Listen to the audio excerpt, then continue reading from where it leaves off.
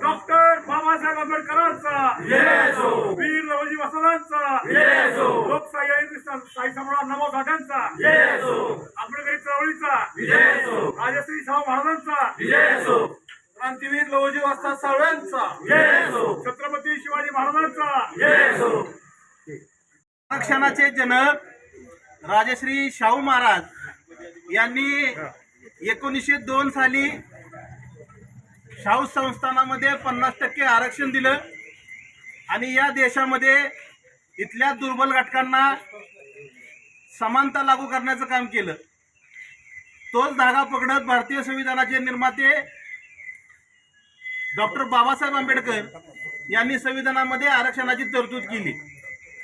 आरक्षणाची तरतूद करत असताना जातीला आरक्षण न देता समूहाला आरक्षण दिलं, परंतु गेल्या 76 वर्षांमध्ये समूहामध्ये आरक्षण लागू असताना काही ठराविकच जातीतील लोकांना त्याचा लाभ मिळत होता।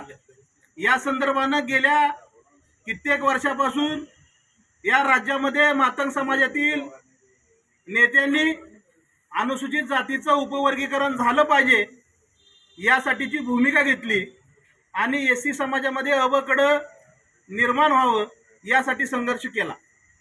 आज आम्ही सातारा जिल्ह्यातील सकल मातंग समाज बांधव या ठिकाणी जमलेलो आहोत।